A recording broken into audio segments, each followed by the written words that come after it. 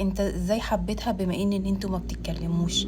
في فرق بين الاعجاب والحب. الاعجاب ان انت منبهر بالشكل اللي قدامك، بالشخصية اللي قدامك، لكن لما تتكلم معاها مرة واتنين وتلاتة وعشرة وعشرين وبينكم أيام، ده ممكن توصل لمرحلة الحب. ده أولا، فأنت مش بتحبها، أنت منبهر بس بالشخصية اللي قدامك أو معجب بيها.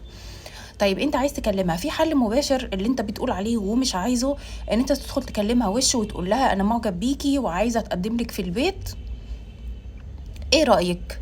ما هي وارد ان البنت تكون مرتبطة، وارد ان هي تكون في حد في حياتها، وارد ان هي تكون بتحب حد مثلا ولسه مش بتكلمه، وارد ان هي مطلعة الموضوع من دماغها، فانت لازم برضو تاخد رأيها. تاني حل اللي انت بقى الحل الغير مباشر، ان انت تحاول تلفت انتباهها ليك بطريقة غير مباشرة. تلفت انتباهها ازاي؟ ان هي مثلا لو عندك على اي ابلكيشن على السوشيال ميديا، تبدأ